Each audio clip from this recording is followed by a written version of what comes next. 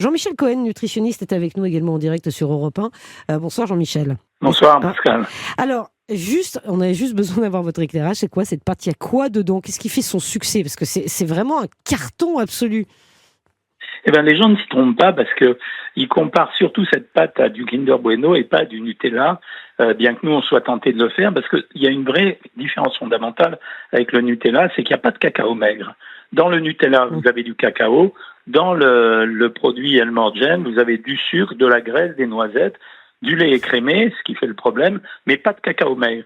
Et les gens aiment bien ça parce que quand on regarde la composition nutritionnelle des produits, on se rend compte qu'en fait c'est un produit beaucoup plus gras que le Nutella, mais en même temps moins sucré. Et c'est pour ça que ce goût du gras, c'est ce qui donne ce côté onctueux qui lui rappelle le goût un peu du Kinder Bueno.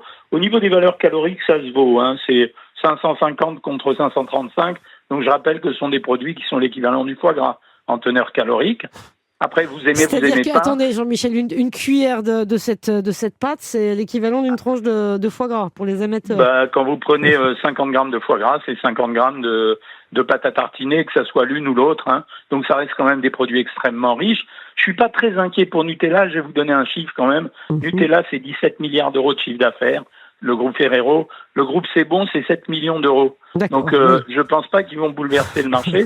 Quant à la problématique du lait, elle est double. Première problématique, c'est les conditions sanitaires. Vous savez qu'en France, le lait doit être vraiment pur, c'est-à-dire que les bêtes n'ont pas reçu d'antibiotiques, ce que ne peuvent pas garantir tout le monde, en tout cas avec un certificat. Peut-être qu'ils le font, mais en tout cas, ils ne peuvent pas le garantir. Et deuxième chose, l'Europe est exportatrice de lait, donc elle refuse absolument les produits qui sont issus du lait venu d'ailleurs, que ça soit d'Algérie, de Turquie ou des États-Unis même.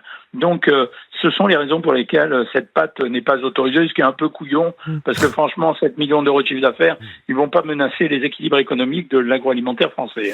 Merci beaucoup, Jean-Michel Cohen. Merci.